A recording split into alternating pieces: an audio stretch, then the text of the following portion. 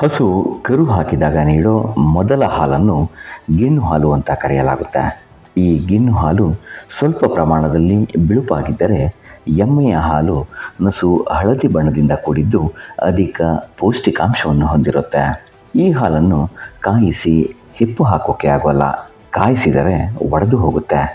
ಹೀಗಾಗಿ ಈ ಹಾಲಿನ ಜೊತೆಗೆ ಇನ್ನಷ್ಟು ಸಾಮಾನ್ಯ ಹಾಲನ್ನು ಬೆರೆಸಿ ಅದರೊಂದಿಗೆ ಬೆಲ್ಲ, ರವೆ, ಅವಲಕ್ಕಿ, ಏಲಕ್ಕಿ ಮುಂತಾದವನ್ನು ಸೇರಿಸಿ ಗಿಣ್ಣು ಅನ್ನೋ ರುಚಿಕರ ಖಾದ್ಯವನ್ನು ತಯಾರಿಸಲಾಗುತ್ತೆ.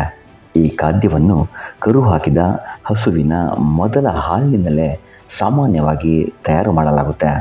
ದೇಶಿ ಖಾದ್ಯಗಳಲ್ಲಿ ಒಂದಾದ ಅದ್ಭುತ ರುಚಿ ಇರೋ ಇಂತಹ ಗಿಣ್ಣು ಸೇವಿಸೋದು ನಾಲಿಗೆಗೂ ಹಾಗೂ ದೇಹಕ್ಕೂ ಅತ್ಯಂತ ಉಪಯುಕ್ತವಾದ್ದು.